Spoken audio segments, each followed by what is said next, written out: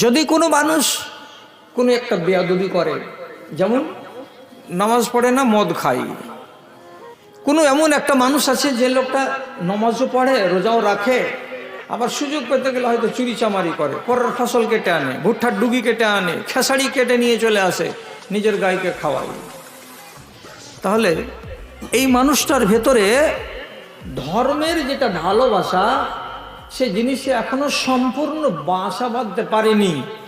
এর মানে হলো কি, ধর্ম যদি গায়ে ধারণ করে তাহলে এই মানুষটারই নাম হলো মুত্তাকি।